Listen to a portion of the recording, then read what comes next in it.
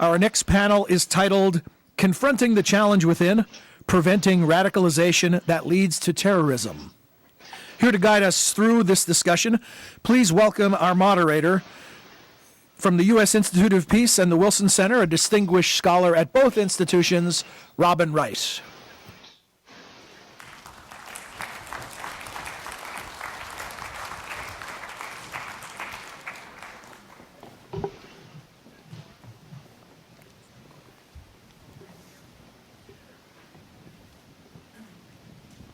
Good afternoon, everybody. Thanks for joining us. I hope you're not too sleepy after lunch. We have a vibrant, dynamic subject to debate this afternoon, one of the most important security challenges of the 21st century.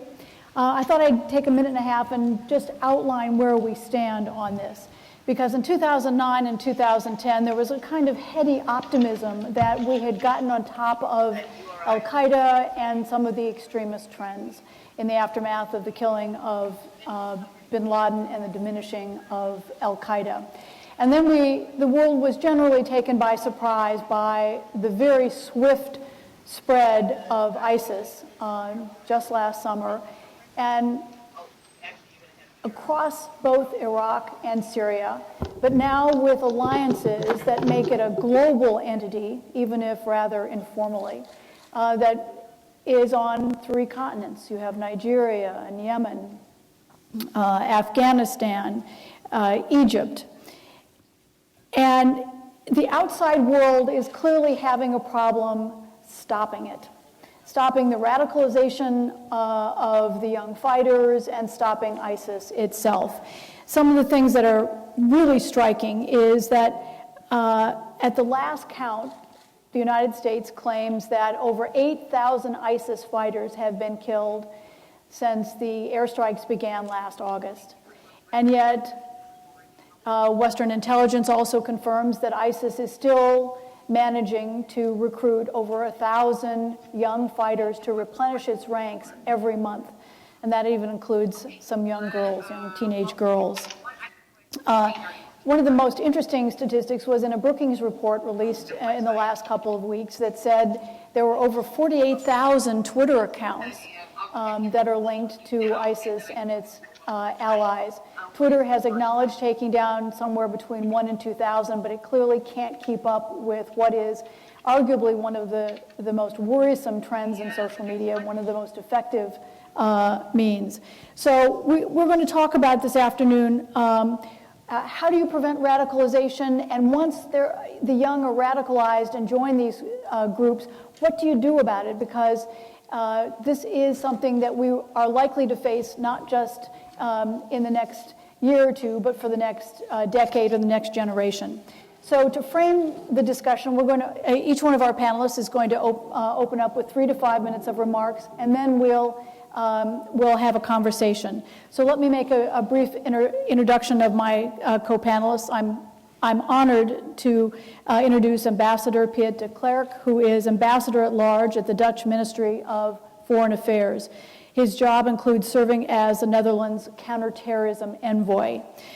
He was the Sherpa in charge of preparing the 2014 Nuclear Security Summit in The Hague, and he was previously the Dutch Ambassador to Jordan and Deputy Permanent Representative at the United Nations. Francis X. Taylor is the Undersecretary for Intelligence and Analysis at the Department of Homeland Security. We go back at least 20, 25 years when he was the State Department in the early days of the counterterrorism shop. His department is the liaison to the wider U.S. intelligence community. Taylor was previously Vice President and Chief Security Officer for the General Electric Company. Are we having some sound issues here?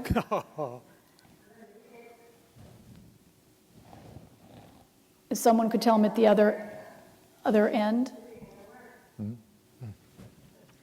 Okay. Gilles de Kerkhoff, who is joining us by video conference, has been the EU Counterterrorism Coordinator since 2007. He works on implementation of EU strategy and handles communication between the European Union and the international community on counterterrorism issues. He was previously Director for Justice and Home Affairs at the EU Secretariat. Ilya Rogachev is the director for the Department for New Challenges and Threats. That's quite a title. At the Russian Ministry of Foreign Affairs. He was previously Russia's deputy permanent representative at the United Nations. And Ambassador Christian Estrat is Romania's permanent representative to the OSCE. He was previously Director General of the Department of Strategic Affairs at the Romanian Ministry of Foreign Affairs and Director General for Security Policy. So let me begin by asking you for 3 to 5 minutes of comments on the challenges we face, how to prevent it, and what we should do about it. Thank you very much, Robin. And let me make a few remarks, but first let me thank the OSCE and the Wilson Center. I'm honored too to be here. I worked early in my career with the OSCE and still CSCE, and it's still a very important organization for us, not least, for example, because they are very crucial to assure access to the crash site of this Malaysian plane that was full of Dutch people, and that's still going on. 2 remarks to start with.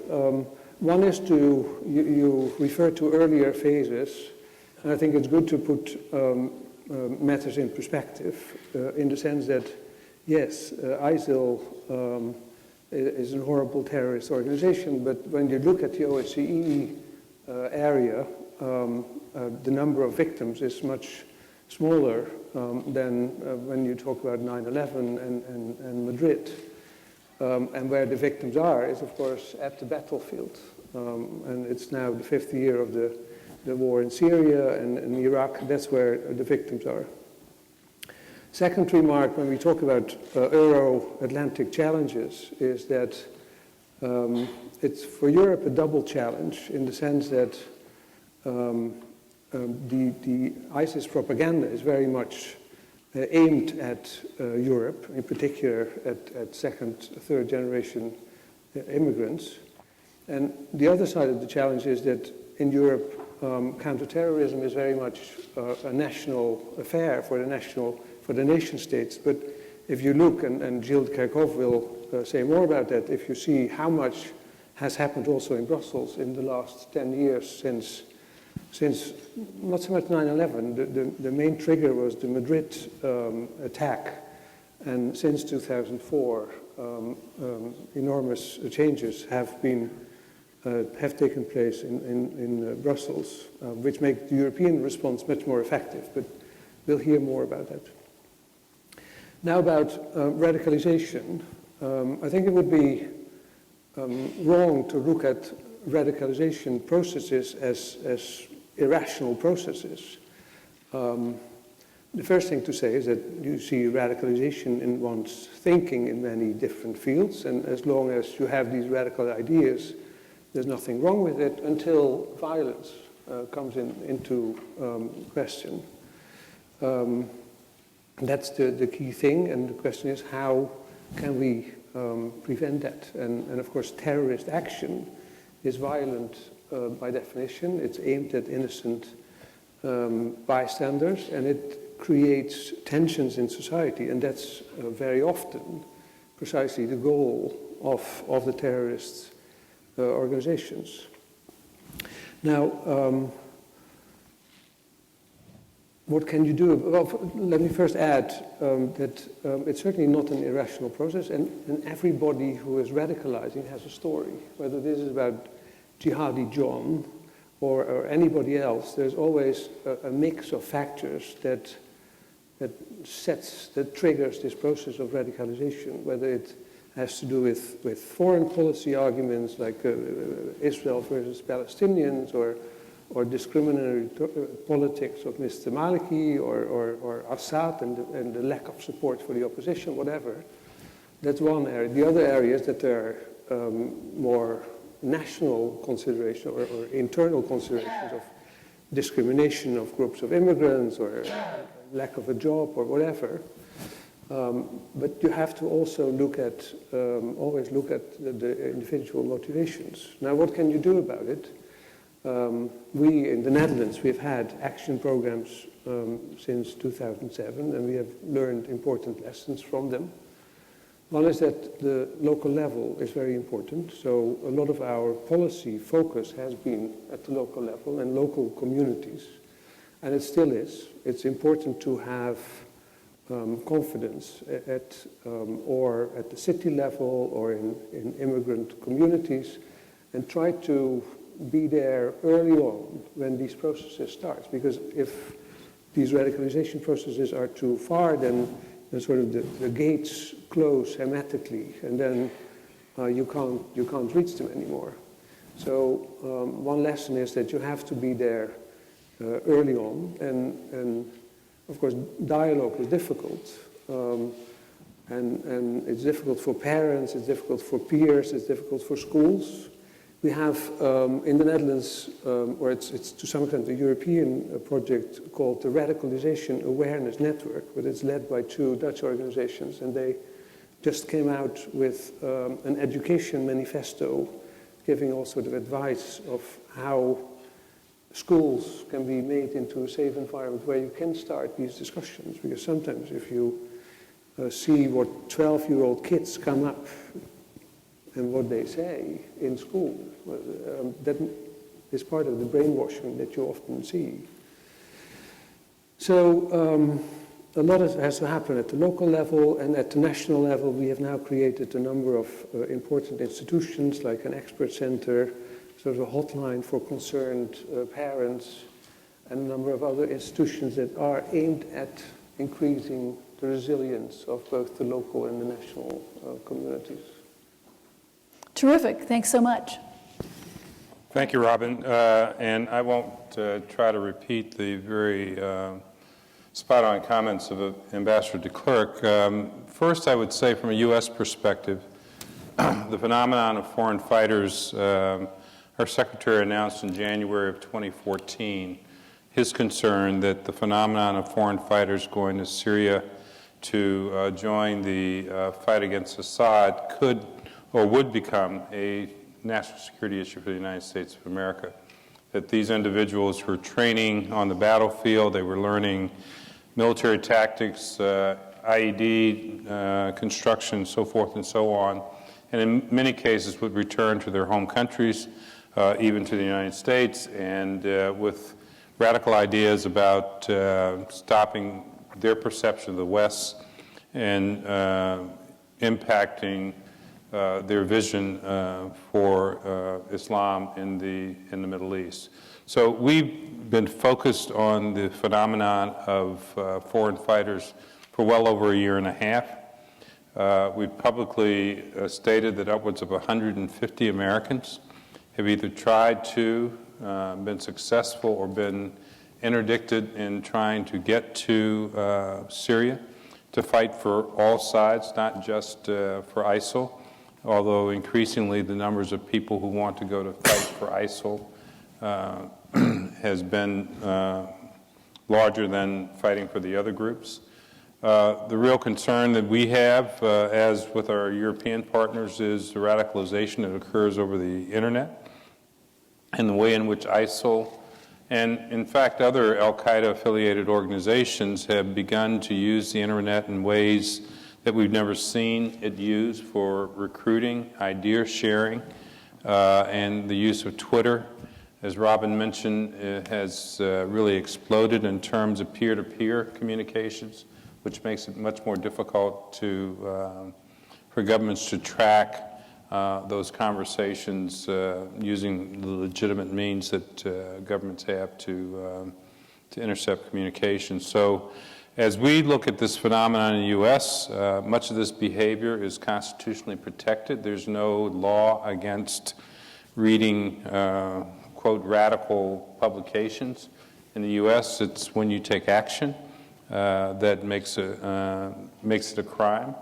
And that taking of action in many cases means leaving home, as 3 young women did out of Denver, and trying to get to Syria to participate. They were intercepted in Turkey or in Germany and returned home. But we can continue to see that phenomenon unfolding across our country. And the remedy is, in our view, is pretty simple. It's community engagement, community empowerment. None of this happens in a vacuum. Someone in the community kind of sees this behavior begin to emerge.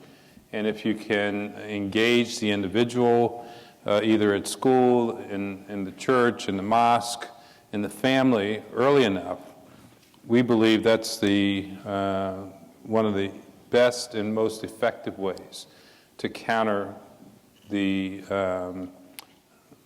dialogue or the ideology that they may be taking over the internet. So I'll leave it at there for now and look forward to a robust discussion. Mr. Kirchhoff, you cannot see us, but we can see you, and we look forward to your comments now. Thank you, and thank you for inviting me virtually to attend the conference. We are working a lot on the issue, as you can imagine. The European Union has between 4,000 and 5,000, which is pretty much more than the US, EU citizens fighting alongside Daesh and Jabhat al-Nusra. And to be honest, we've not been able so far to stem the flow. So we are still wrestling with different policies. It's a lot about information sharing, it's a lot about improving border control, but it's a lot about prevent, and that's precisely the subject. I will just touch upon 5 sort of policy we've tried to develop in support of the member states, as Peter Clerc rightly indicated.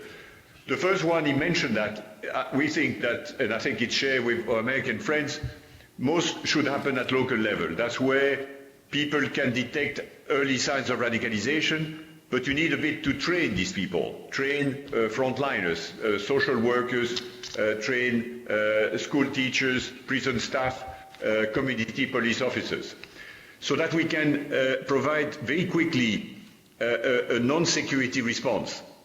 And that's something we try to promote and develop. The second one is the ideology.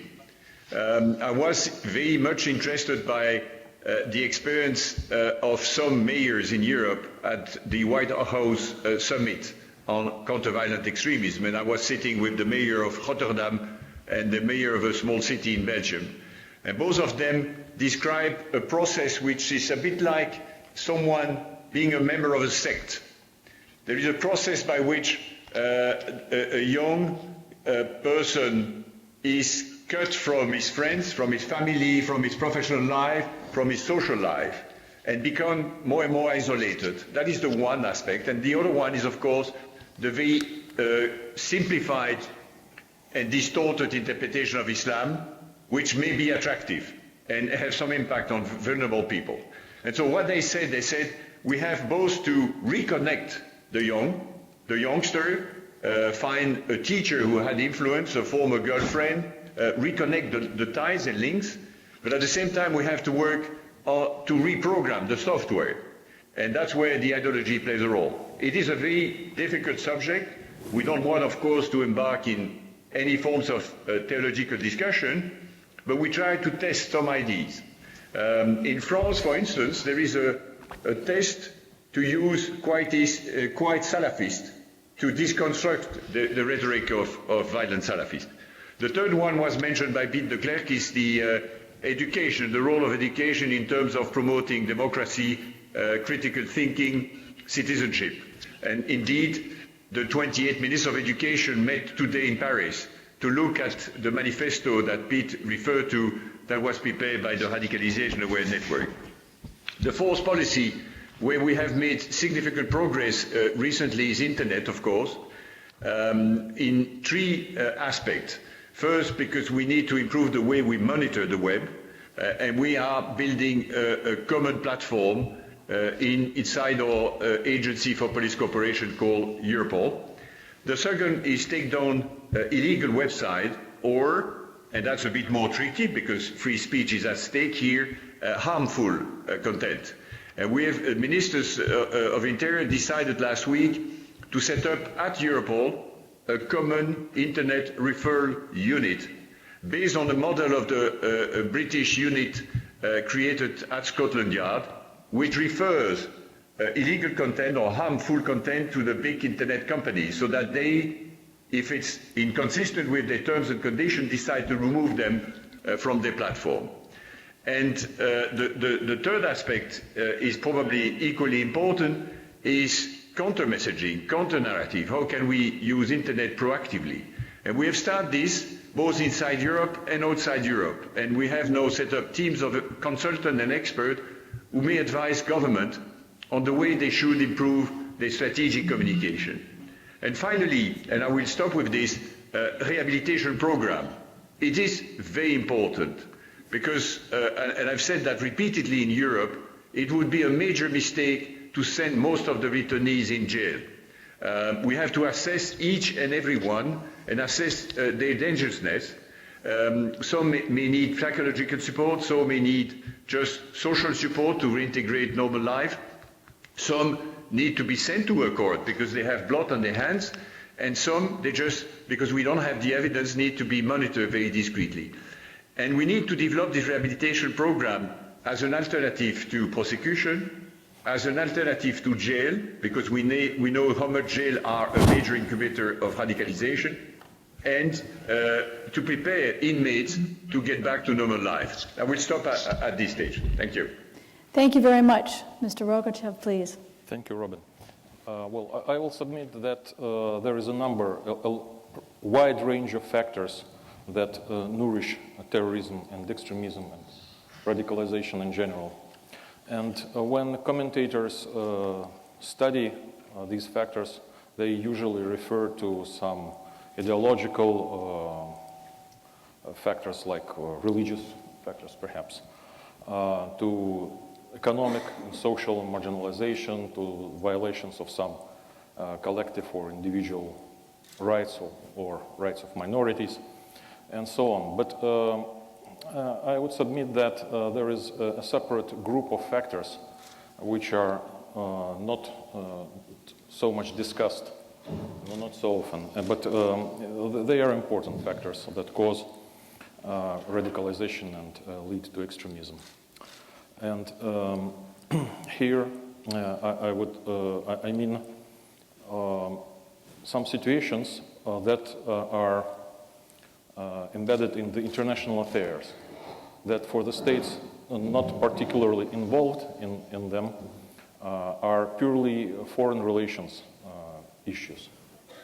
And the best proof that there is place for such factors is the situation with the Middle East settlement, or Middle Eastern unsettlement, rather. We all know that this conflict gave rise to a number of terrorist attacks, terrorist acts, even prior to 9/11. So I think it is evident that there is room to talk about these factors. One particular area I would like to draw your attention to is the prevention of terrorist financing. For example, we all know that there is a huge traffic of opiates originating in the territory of Afghanistan and going elsewhere to many parts of the world. United Nations experts estimate that the volume of this traffic is about $65 billion at the last sale. It is almost as big as another important traffic in cocaine in the other part of the globe. So this sum of money cannot be unnoticed or undetected by the experts. But yes, and there was a Russian and American initiative for joint action in the FATF, where a typological study was conducted. It was completed just last year, and all the states involved in laundering these proceeds from illicit traffic in opiates were named. And so what is next? Nothing happened. I mean, some of the OEC members' relationship with some of the states that were named by the FATF as money launderers some of them are located in Persian Gulf, are somewhat ambiguous. You know, this is the least I can say.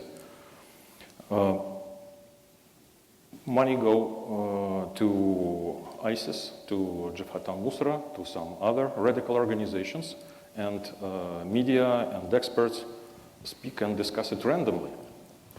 But shall we do something else more than that, perhaps? Well, another element of this problem is perhaps that there are also states neighboring, for example, Syria and Iraq, through which thousands and thousands of fighters go into ISIS-controlled territory and then exit and travel, and this is almost unchecked, unhampered. We also know that there is a large, relatively, of course, large trade taking place in this part of the world, in particular in oil and oil products. Arms are coming and getting out of the region, and it is not so difficult, in fact, to locate how it all travels. So I think that there are elements that lead to terrorism that we do not like so much to discuss as others. Yet another example, and here I would like to answer, Robin, one of the questions you asked us directly, whether this radicalization, the rise of extremism in the world was a surprise. No, for us it was not. And I'm speaking on behalf of the Russian Federation here.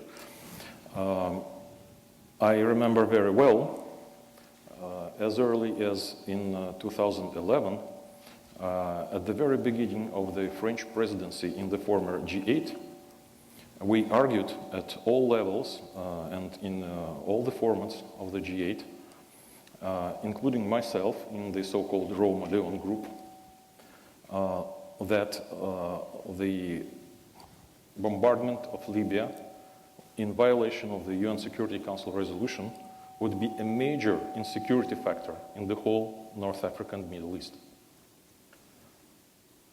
We said that there are several aspects to this threat that is endangered by this action. In particular, that law enforcement bodies and special services will be incapacitated, that perhaps we will have to face the spread of weapons from the depot of Libyan army, and so on and so on. But I would like to stop here, that the most important threat would be the radicalization of the Muslim street. I said this myself in February 2011, and this is exactly what happened. And I think that the whole project of the big Middle East, or this Arab Spring, which is a security catastrophe on the global scale, is a major extremism and terrorism contributing factor. The belt of the stable secular states along the southern and eastern coast of Mediterranean was destroyed, and we have a lot of instability and a lot of terrorism and extremism threats originating in this region.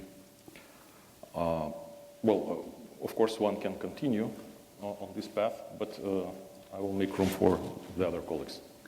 Thank you. Last but not least, you get to respond to your colleagues. Mr. Estrat, your thoughts? Thank you, Robin, for inviting me to take part in this distinguished panel. And indeed, I'm honored to be an OSCE respondent from my position as the chair of the OSCE Security Committee, where indeed we can see that countering terrorism is indeed a matter which can unite the energies and political will of virtually all the participating states. In spite of the crisis that affects OSCE nowadays, When it comes to fighting terrorism, there is, I can detect, quite a common will to do the utmost at the OSCE, because we all understand how serious the impact of terrorism, how serious the impact terrorism has for the OSCE area. And also, we understand the multitude of circumstances and factors that lead to radicalization. And starting from this assumption, I think it's a widespread assessment that terrorism has to be tackled from a cross-dimensional and comprehensive approach. We are doing just our bit at the OSCE. We adopted last year in December in the Basel Ministerial Council two important declarations. One is on the OSCE role in countering the phenomenon of foreign terrorist fighters that was referred to by my predecessors, and the other one, the declaration on the kidnapping for ransom and hostage taking by terrorist groups. And that was, in fact, part of the OSCE response to the Security Council Resolution 2178, which condemned the violent extremism and underscored the need to prevent travel and support for foreign terrorist fighters. But of course, these are just the last expressions of the OSCE contribution ever since the Bucharest Plan of Action of December 2001, and then followed by other measures and other declarations. And to just briefly mention 2012 Consultative Framework for the Fight Against Terrorism. Because indeed, with this and with the institutions that OSCE has at its disposal, I'm referring here to the autonomous institutions, ODIHR, and we could hear Director Link talking about ODIHR role in this regard, but also High Commissioner for National Minorities and Representative for Freedom of Media. OSCE can really bring an added value to the global effort to fight terrorism. One should add, of course, the role and importance of the field presences of the OSCE, and just to mention in passing a recent event in Dushanbe in Tajikistan dedicated to the phenomenon of foreign fighters that help better understand this aspect. Now, in the Security Committee, I think we could really enhance this contribution. This year, like I said, when I presented the priorities of the Security Committee in the Permanent Council earlier on this year, I detected quite a great deal of support. And then also when I addressed the OSCE Parliamentary Assembly, the MPs were very supportive to focus on terrorism and related aspects on the program of work of the Security Committee this year. And what I think we have to do, and I encourage participating states to do, is to voluntarily report, to do the voluntary reporting, national voluntary reporting on the implementation of these Basel commitments, because I think it's important. Once we adopted a number of commitments to also, after a certain period of time, to tell each other, to tell us as a community what we have been doing to fulfill those pledges. And what we are trying to do upon this basis is to, having in mind the cross-dimensional approach, to encourage more synergy between the three committees that are dealing with the three dimensions of the OSCE, Security Committee being one of them, but also Economic and Environmental Committee and the Human Dimension Committee. So we will have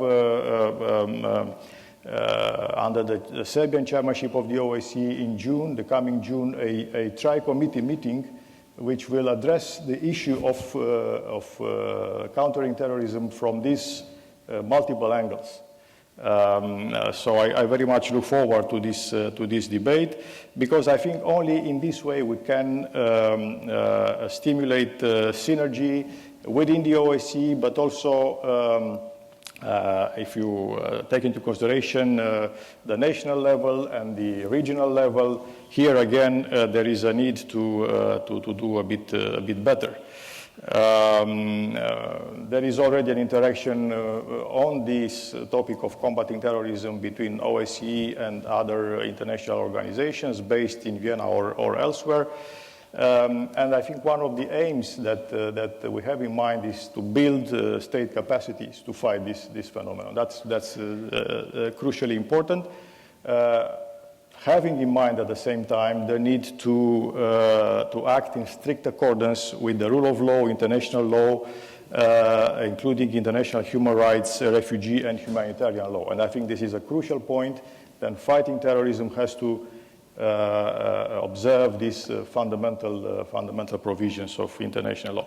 Just to conclude very briefly, to mention yet another value of the OSCE, value added of the OSCE in that regard, which is the cooperation with partners. And as Secretary General said it before, and other speakers in the previous sessions, the OSCE has developed over time a strong relationship with the Mediterranean partners, and now we have a platform to engage with them in tackling terrorism, but also with Asian partners. And I think the OSCE is really well equipped to contribute within the broader framework of efforts at the international level in that regard. Thank you. Thank you very much.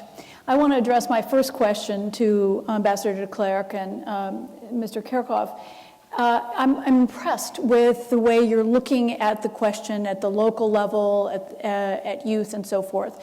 But we saw what happened with the 3 British girls who the police noticed that there was radicalization going on, sent a letter with the girls to their parents that never got there. The parents themselves did not understand what was happening to their girls. So on paper, your ideas look very thoughtful, but the reality is that it's hard for either the authorities or parents to understand. And secondly, a broader point on that. It strikes me that all of the people you're talking about, whether it's re-educating or watching or helping in some way, are all Muslim. And that there is a real danger that in the effort to help that we end up accentuating the gap between cultures rather than closing it. And I mean, if I were in a position like that, I would think, you know, I'm a target, whether I'm a radical or not, and that would in turn alienate me. And what are the dangers of that? So if you look at both the specific cases, both of you, and the kind of broader trend, are we in danger of radicalizing yet another generation? Two important questions. You mentioned the case of the British girls. The last few days in the papers, there was a Dutch mother of Chechen origin who abducted her 2 daughters and managed to flee to the caliphate.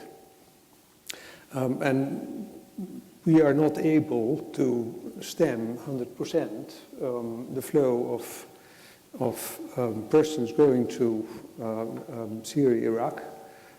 We are doing much better than we did. We are stopping more persons at the border, but it's not 100%. You see, in the last couple of months, you see more women or whole families, including there now 10, 15 children also, who have gone with their mother or with their parents to the battlefield, to the IS. And that's a very worrying trend. Earlier on, we've heard stories of parents that said, we tried to call the police or the mayor or some sort of number, and we were not listened to. I think we are doing much better now than, say, half a year ago. But it's an uphill battle, and we need to constantly improve. As to your second question, yeah, the fact of the matter is, nearly all, I'm speaking for the Netherlands, who go are Muslims, yes. I don't know of anybody else that's going to the Caliphate, and we know of more than 100 confirmed cases of mostly young immigrant kids, not all, but mostly who go there. Now, there's no denying that fact, but what is key to my mind is that you say that that is a very specific part of the Muslim community, and fortunately, there are louder and louder voices from other parts of the Muslim community who say this is not my Islam, that they, that IS and others pretend to be the true Islam. So it's more of a question of not generalizing that a number of kids of Muslim background go to Syria, Iraq, and work with Muslim communities to make sure that it's not a general stigma for the whole community. Thank you. Mr. Kerkhoff? Yes, excellent question. I would tend to answer the same way. We are getting better. We're not 100% successful, indeed. It's a very long-term process to build trust at local level, so that mothers, parents, do reach out to the public authorities. If you look at the hotline that the French created, it's amazing to see the number of calls over the months. It grows and grows and grows. So how to ensure that we create that relationship is a huge challenge. I don't know if my figures are accurate, but I think our security service do detect 70% of the would-be jihadists. And therefore, it's a matter of border control, of police work. But 30% we are not successful. And it is something we have to reduce significantly. We know that sometimes the process of radicalization can develop very quickly. And let's be honest, in Europe, it's extremely easy to go to Turkey and to fly below the radar. So we have to develop alternative mechanisms, and we are currently working to set up what the Americans did after 9/11, allow the police to get access to the passenger name record. It is pretty difficult to achieve because our parliament is sensitive because it's considered that it's violating privacy. So, but we are working on it. The second one is a very valid question, and that's the reason why when the 28 heads of state and government react to the Paris attack on the 12th of February, part of their statement is a call to the European Commission to develop a positive agenda against anti-bashing, bashing of Muslim, bashing of Islam. We have a problem in Europe, and we have to work on it. You have some demonstration in some countries against Muslim because all of this and stereotypes, these type of generalization are extremely negative. On the other hand, we've seen that after the Paris event, not everyone was Charlie. Some people were not very much Charlie, and that is another source of worry. We have many Jews leaving Europe to go to Israel, and that's another problem. We have to address much more forcefully the problem of anti-Semitism. So this requires that we really invest in these, what I would call soft policies against discrimination, promote tolerance. How can we make this Je suis Charlie last? We have never had that such an impressive social movement promoting respect, tolerance, and equal respect for all denomination, all religion, and all ethnic groups. How can we make it last? That's the challenge we have to face. Thank you very much. You want to weigh in on this? I would. Our experience working in communities around the country is first you have to hear the community and their concerns.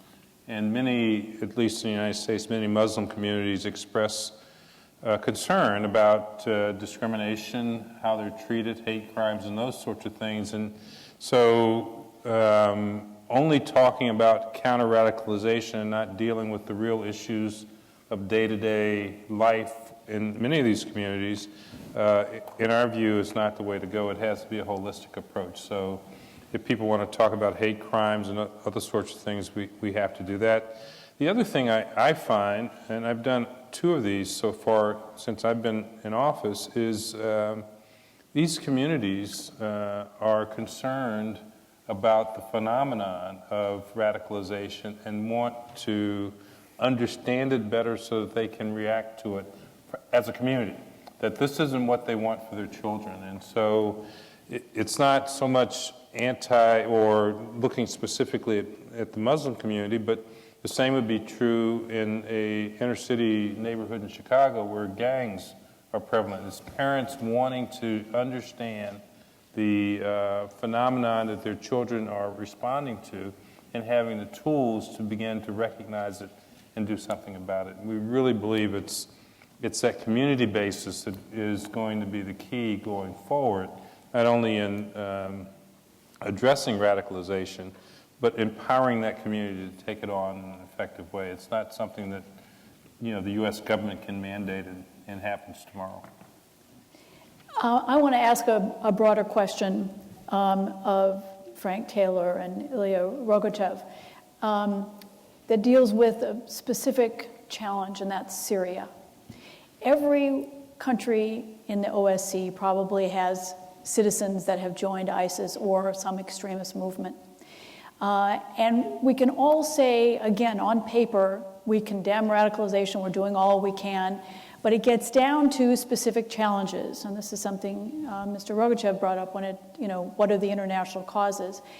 And one of the issues is we can't really deal completely with radicalization until we figure out what to do with Syria, which is something on which not every one country represented on this panel may agree. Russia is a strong ally of President Assad. The United States has said he must go. So I'd like you to address, although we could spend a whole afternoon on the subject, how, when it comes to the realities of the tensions, the flashpoints, how we deal with those when we differ among ourselves. Okay. Well, that's an easy one. Go for it. Now, I would begin by saying that the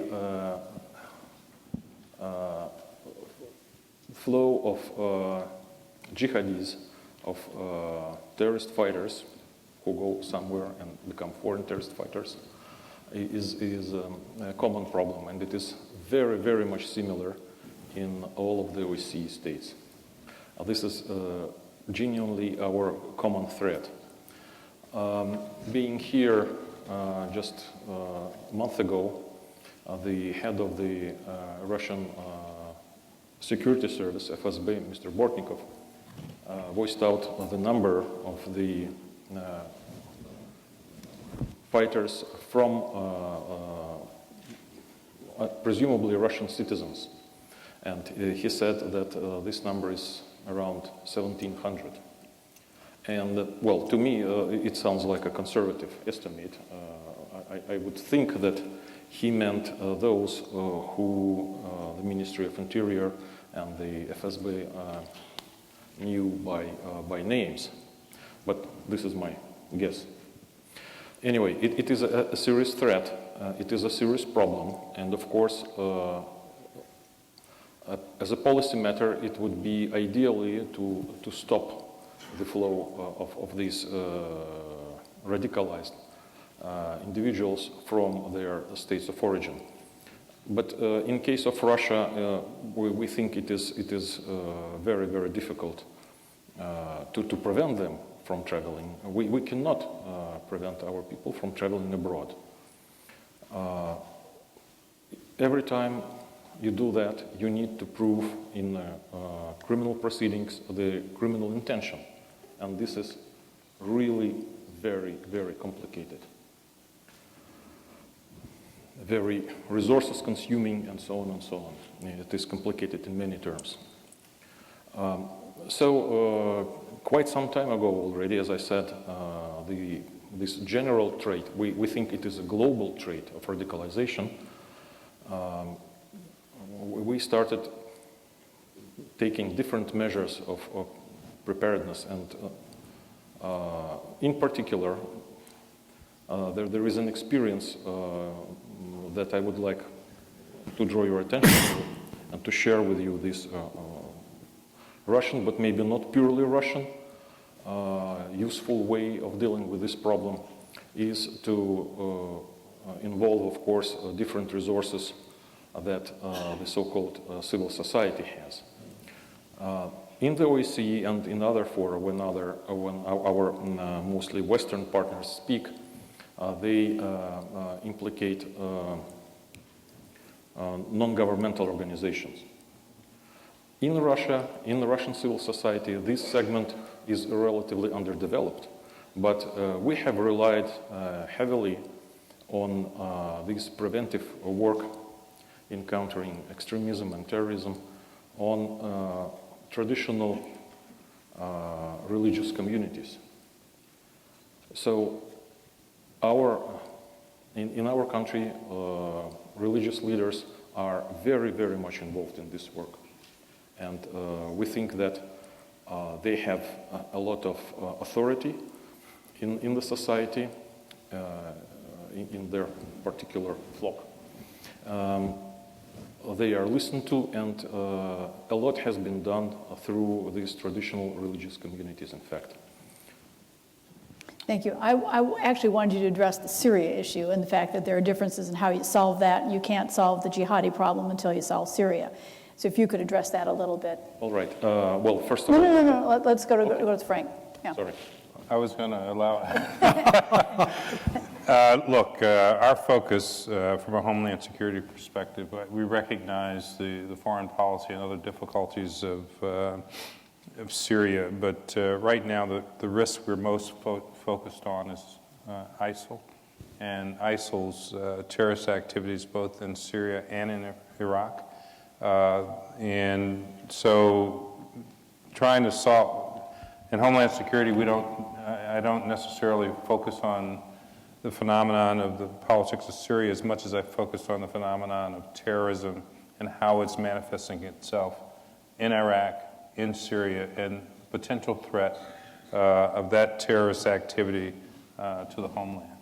And our focus is on defeating ISIL and ISIL forces in Iraq and further into to Syria, because they represent the most immediate threat to the United States of America. I'm going to ask one question, Mr. Estrada, and then I'm going to do a zoom through all of you before I open it up to those of you in the audience who have questions. There are microphones on both sides. The broader question I want you to be thinking about is, what happens to these people? There are now somewhere between 30 and 35,000 of them. This dwarfs what the United States dealt with in Afghanistan, and look what Guantanamo Bay ended up doing in terms of America's image, and it still hasn't been resolved. And I think Mr. Kirchhoff very thoughtfully talked about the differences between, you can't prosecute them all. Some of them you need soft tactics, but that's the broader question I want you all to address. But before we get to that, Mr. Estrada, you talked about collaboration, and yet Turkey, we all know, is the place that so many of the jihadis are joining the jihad. I've been down recently on that border, down at Kobani. I went down to Kilis. You can see what's happening there. And the Turks keep saying, well, the West isn't giving us the names. We can stop them, but we can only do so much. You can't look at everyone that comes through one of the biggest traffic airports in the world and know who's going to be an extremist. Who would have thought 3 little girls might be joining ISIS? So address that in terms of what collaboration isn't happening that needs to happen, rather than just what you're hoping to achieve. Mm-hmm. Well, collaboration is a process, I think, and we are building up this over time, starting from what we already have as a, one we may call it OSCE acquis in the fight against terrorism. Indeed, when you think of countries like Syria or Iraq, none of them are OSCE partners for cooperation, nor is Libya for that matter. But we could engage and cooperate not only among the participating states of the OSCE, but also with partners. And in the Security Committee, precisely, we shall have one session devoted to cooperation with partners in fighting transnational threats and preventing youth radicalization. And you referred to the idea of prosecuting and bringing to jail those. Well, that's my last question. But anyway, if you want to address that, you can. But let me just briefly say and mention here an idea that was floated in the OSCE in Vienna in one particular debate with parliamentarians, that we have to pay attention to the prevention of the spread of radicalization in penitentiaries, because it may in penitentiaries. Yeah, it may happen that this could be used as a favorable environment for spreading these very bad ideas. Then also to mention here that in a forum for security cooperation of the OSCE, just the other day, the risk of using the drones or the UAVs by terrorists was mentioned. And that is yet another angle of our discussion. So what we could do to stimulate cooperation is to stimulate first and foremost dialogue, to see what are the issues that could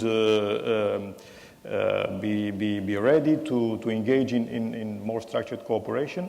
And the last and most important point, I think, is to build national capabilities to fight the terrorism. I just have to say, as an outsider, that when you talk about how rapid radicalization is, it strikes me as the international community is being awfully slow in building up these mechanisms to collaborate, sharing information, sharing names, and so forth.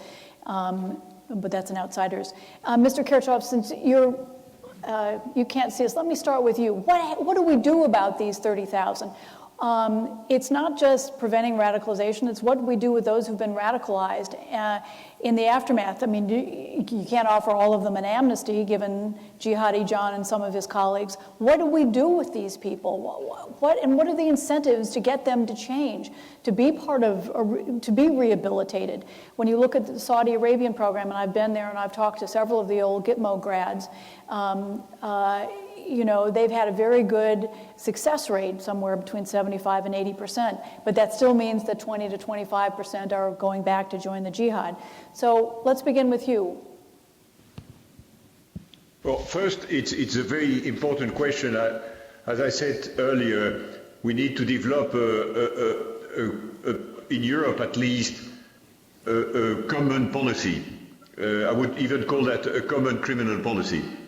Because we have some member states with a very soft approach, and we can mention the Danish colleagues.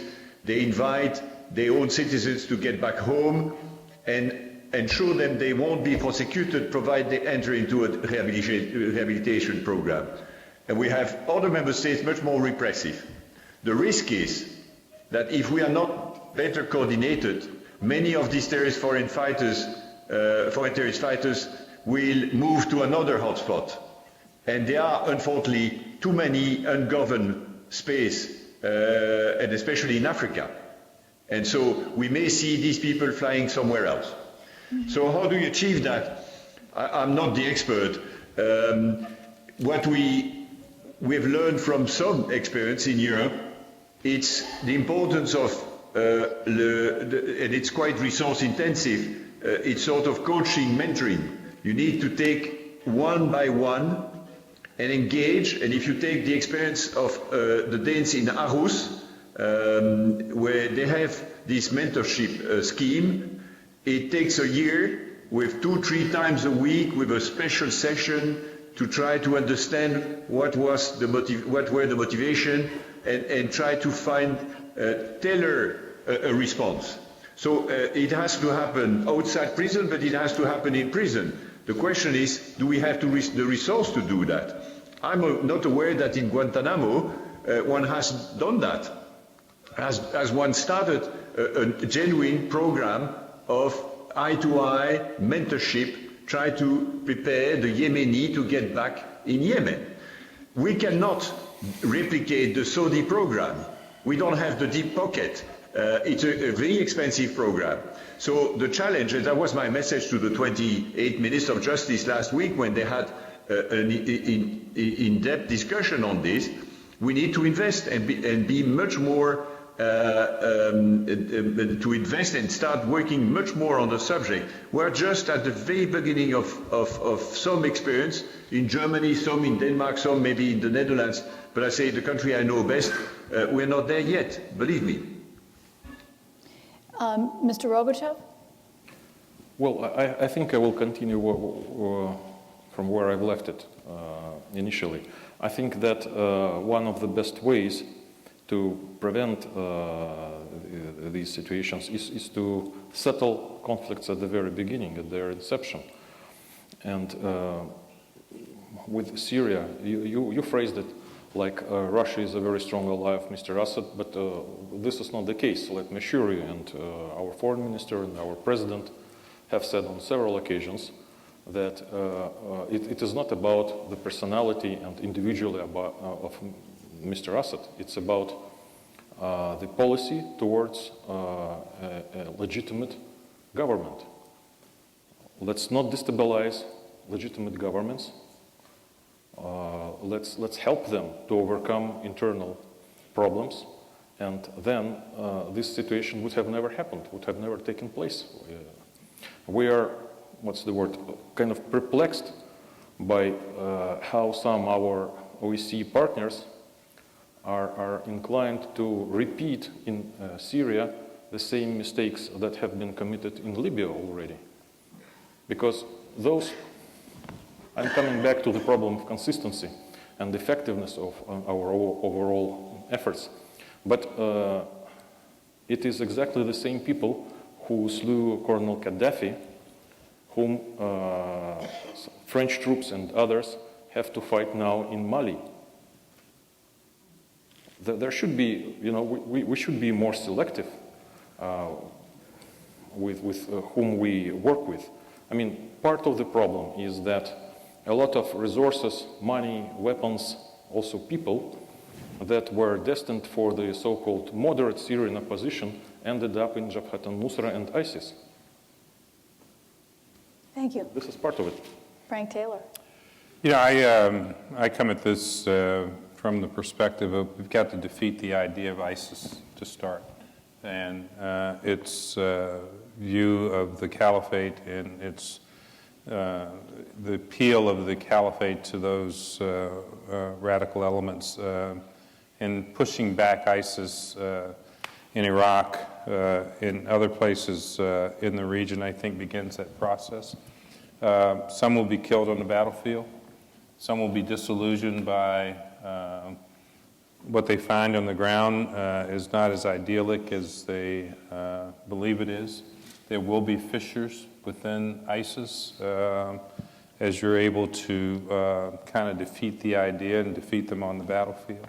Some will return home who have been involved in criminal activity that need to be arrested and prosecuted and appropriately sentenced. Others will return to their communities, hopefully empowered, communities that are empowered to help them work back into society with a new reality. But I don't diminish the challenge that we face with the number of foreign fighters that have gone to that region and the number of people who are in the region that are continuing to fight, not from outside the region, but in the region in terms of reintegrating them into society. But we've got to defeat the idea that ISIS is going to succeed before we can even begin the process of trying to think about reintegrating those fighters back either into their local society or back into the societies they came from. But just to make sure I understand, you're basically saying that not everyone who fought with ISIS and returns to the United States will automatically be arrested.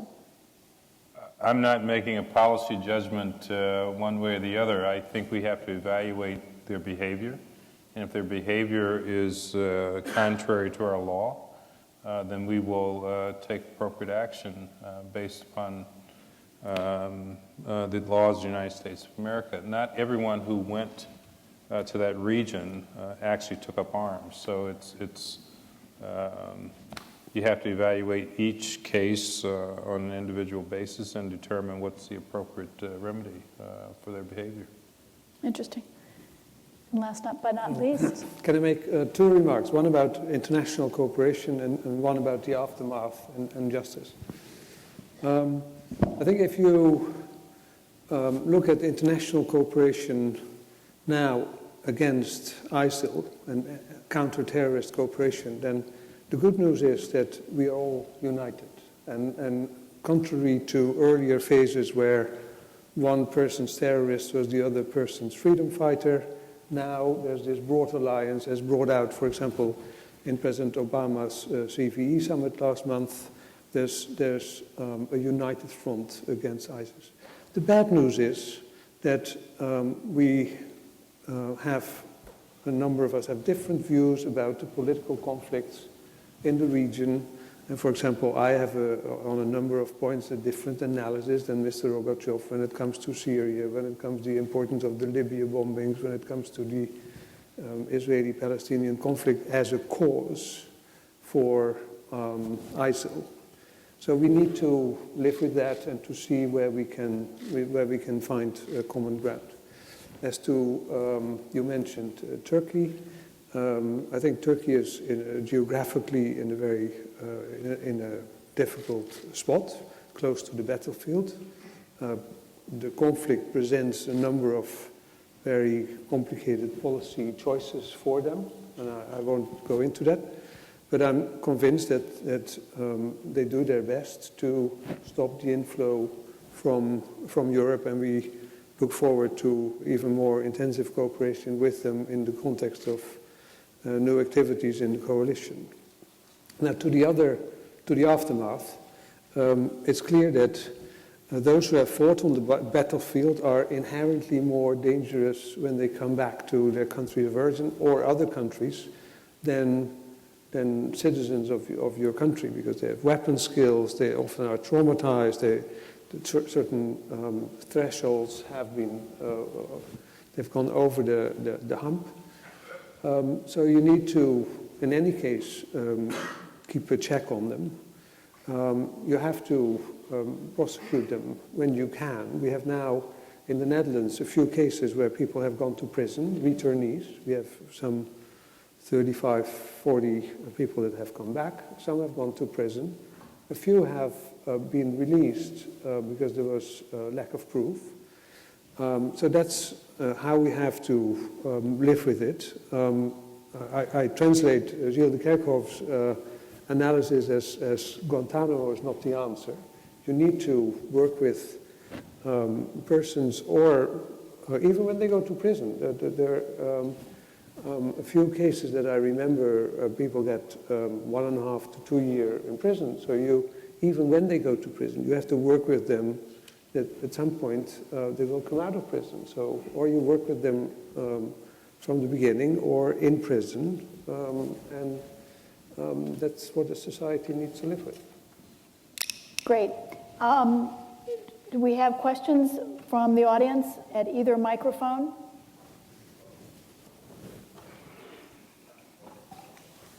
Let's begin to the right over here.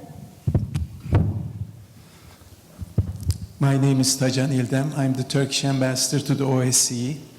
Since my country's name was mentioned a few times, I take this opportunity to say a few words. First of all, we would like to intensify our cooperation in combating terrorism, and OSCE is one organization that can make its value added. Of course, there are other formats like United Nations and Global Forum for Counterterrorism. And in such intensification of cooperation, sharing of intelligence and information is crucial. We have a long border up to 1,200 kilometers with both Syria and Iraq. And it is a real challenge for us to prevent people going to Syria, especially as foreign terrorist fighters. For that, we require intelligence. Sometimes such intelligence reach us long after those individuals leave Turkey. We have established risk assessment centers at border checkpoints. We have already included more than 6,500 people in the list not to be allowed in, and already close to 1,500 people have been denied access or exit. My second point is related to radicalization. We need to join forces in taking the necessary measures for it. And I agree with Mr. Kerkhoff that not all people were Charlie in the recent very tragic incident. And there is a growing trend of anti-Semitism, but we shouldn't neglect the growing threat of Islamophobia, and we have to deal with hate speech in that respect. My third point is, yes... Can I just ask you, we've only got 10 minutes for questions. So no, one last point. We have to fight against ISIL in a determined manner, but since you put the question, it cannot be done in isolation. We have to have a holistic approach, and policies towards Syria is an important one. Hundreds, thousands of people were killed already, and we need to mobilize forces as international community to deal with this ongoing problem. Thank you. thank you very much. No more comments. In all fairness, it's only fair to let the Turkish ambassador have his say, but I'd like to ask everyone to have a brief question. So let's start over here. Okay. My name is Abdul Tabuni, Libyan American, Center for Libyan American Strategic Studies. I want to ask whether this comment that I would like to make and see the reaction.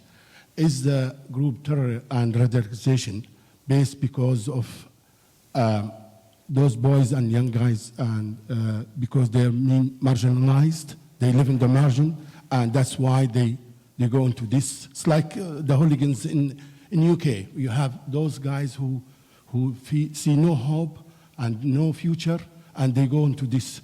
A second is, I think, lack of education, lack of religious education, Islamic religious education. Maybe they don't know what's the Islam, and that's the reason one of... I think we've dealt with that question a little bit. If anyone has a brief comment to add to... I would just say the motivations are broad. They're not, it's very difficult to set a profile of those that have responded to the call to join ISIL for the fight. So no real profile that I'm aware of that would identify everyone that's been involved. Hi, my name is Daniel Hazeman. I'm a student at Catholic University of America in D.C. And this is a question addressed to Mr. de Kerkhoff. And you spoke recently about the passenger name record and how it's difficult to get it through to the EU Parliament. If it were to pass, would you plan on implementing it with other European countries such as Turkey and also with the United States in like kind of a joint data sharing process to help stop people from traveling to Syria, Iraq, and other hotspots?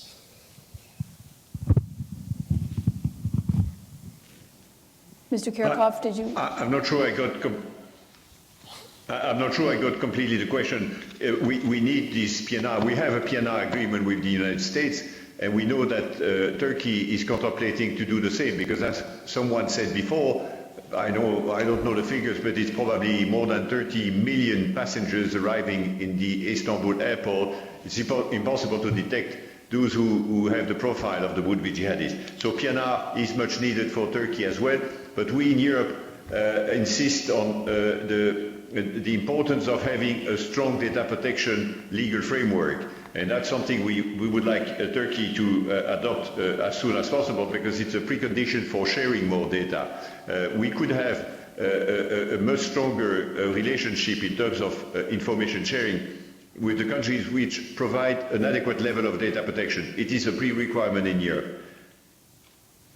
Thank you. Let's try here. My name is Ala Abdelaziz, the political counselor at the Embassy of Egypt in Washington, D.C. Developing a counter-narrative for the extreme narrative of ISIS is a necessity, but don't you think that we need to allow Muslim societies, Muslim universities, Muslim institutions to play a leading role in developing this counter-narrative, because they do have what it takes in order to argue with these jihadists and tell them this is a misinterpretation of Quran and the correct interpretation and so on and so on. And don't you think that this requires further developing the relationship between OSCE and the Mediterranean partners in developing this counter-narrative? Thank you. Anyone want to answer that? We certainly know, are convinced that it's not primarily governments that need to be active in these counter narratives. And indeed, the more it comes from civil society, including universities or other institutions, the better. This needs to be more of a bottom-up approach with support, but more bottom-up than top-down. Over here. Yes, I'm Shabrin Tajbaksh. I'm developing a radicalization policy for the Heart of Asia countries. It's very different from, but I wanted your help because I've been hearing two different approaches to the question of radicalization. One is the Anglo-Saxon American way that is concerned about violence specifically, the behavior, and then the European one that's cognition plus behavior. So it's more than just violence, it's also intent to violence. So do we have to actually define radicalization with this word violence, and then how do we actually counter the pathology of violence? It's a very good question. Who wants to take that? Mr. Kirchhoff, since you're not here. In fact, it's a very interesting point. If you see the current British government and the previous one, they've changed on that. And some people tend to believe that it's not just, and Pete said a bit the reverse. He said we only start being worried when people get into violence, but creating an environment of very, very extreme speeches in a way create an environment which is conducive to. And so there are different approaches. But to be honest, in Europe, we are divided not only with the US First Amendment, but inside Europe on the scope of freedom of speech, for instance. If you deny the Holocaust in Copenhagen, you won't be in trouble. If you do that in Germany, in Belgium, in France, you end up in a criminal court. So it is a bit tricky. We have to concentrate on violence, yes, but I would myself personally tend to be a bit wider and start looking at very harmful speeches as well, but maybe not by banning speeches, but by being much more forthcoming on counter-messaging and working more positively. I'll tell you what I'm going to do is take the last two questions at the same time and let you each one comment any on last thoughts or what they ask. Sir? Thank you. I'm Anthony Sinnott. I'm with the 1st North American Expeditionary Force, an NGO helping the Kurds in Iraq. The psychological profile of jihadist fighters coming from the West, I'm not so sure that they're as vulnerable and marginalized make them out to be. I wonder, commenting about the idea that some of you have touched upon about the adventurous allure of jihadist fighting and getting rid of that, particularly. Can I ask you for your question? We're running out of time. Yes, I have 3 points to ask, and that no, we need one question. I'm sorry, sir. We're really running out of time. Would destroying the epicenter of ISIS in Raqqa, Syria, have some kind of a strong effect upon taking away that allure? And could we also, as part of the counter messaging, promote the positive aspects and the history and the accomplishment and the glories of the new country that they've immigrated to, either in Europe or in North America? Thank you. And the last question? Hi, my name is Tim Hammond. I'm with the Center for Advanced Operational Culture Learning of the Marine Corps.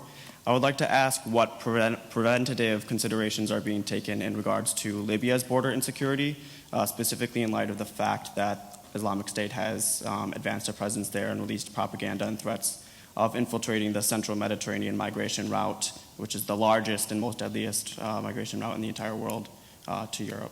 So just what considerations have been taken on that note? Thank you very much. So let's begin and let's work our way down. Ambassador de Klerk. Very briefly, especially on that point of violence, because I don't want to be misunderstood. What I said before is that the step to violence, in my view, is a fundamental one. Now, I agree that, and it's also in line with Dutch legislation, that incitement to violence and incitement to hatred can also be punishable, and it should be. So it's not that I said that no prosecution can take place in the Netherlands before that step to violence, and intent in some cases can be prosecuted, but still the step to violence, I think, is a fundamental step. Then with regard to that question about Raqqa, of course it would be different if Raqqa would be in other hands than in ISIL hands. But what is typical for this slick internet propaganda is that it's independent of place. So whether it would have much of an impact on the ISIL narrative and the propaganda, I doubt. Very good point, yeah. I think I would focus on an earlier discussion we had about the sharing of information. This is a global fight. Governments, either through PNR, advanced passenger information, other intelligence exchanges, make us all stronger in understanding this phenomenon. I'm given to say that foreign fighters move not in the shadows, they move in plain sight. They have to fly, they have to communicate, and the extent to which our partners across the globe share that information makes us all stronger in terms of understanding the phenomenon and interdicting the phenomenon. The other thing I would say is that while in the United States the Constitution provides you free speech, free thought, it's only when you act that it may become a criminal activity, and that's why we believe it's so important to empower communities who raise children, who are engaged in the day-to-day lives of their sons and daughters, to kind of understand this phenomenon, how it is manifesting itself. And it's not just from an extremist perspective, say ISIL propaganda, but there's similar challenges just in terms of what kids can get on the internet and getting parents to understand that better so that they can see the potential downside of the behavior of their children and listening to these kinds of words. Thank you. We're really running out of time. So, Mr. Rogachev. Thank you. I will agree that foreign terrorist fighters is a generally common problem, and that all sides would benefit if we treat it on a collective footing without politicizing it. We need exchange of information, we need exchange of best practices, etc., etc. And there is a number of practical tools that are available on the Russian side that I cannot publicize just for the lack of time. But using this opportunity, I would like also to thank the US administration for having this summit on violent extremism a month ago. We think that was a very useful event, and we hope to continue working on the implementation of the ideas that were set out there. Mr. Estrad. At the OSCE, I think we have to gradually shift our focus from abstract debates into more concrete measures and see what we can achieve together. And that's why the voluntary national reporting is important in order to narrow down options for consensus in the view of the Belgrade Ministerial Council meeting to see what we can do more starting from the basis that I've mentioned. And that here is, I see also for the partners for cooperation of the OSCE, a field to manifest themselves with coming up with proposals, maybe also presenting what they have been doing in terms of countering terrorism. And I think that's the path we should follow. Thank you. Thank you. And from across the ocean, Mr. Kirchhoff, you will have the final word. Thank you very much. Just one answer, a short answer on Libya. It is indeed a huge concern. The 28th Minister of Foreign Affairs met yesterday under the chairmanship of Mrs. Mogherini to discuss this and how we can react. We fully support and hope that the UN Special Envoy Leon will succeed in Rabat in setting up a national unity government, because we need really to work together to address the expansion of Daesh in Libya. And I've been asked myself to design a counterterrorism response on this. And I, for the first time since I've been appointed 7 years ago, I'm now worried to see, as was suggested, some terrorists trying to infiltrate the network of illegal migrants. And therefore we have to work much more on this because it's several hundred miles from Europe, indeed. Thank you very much. Please join me in thanking all of our fabulous panelists.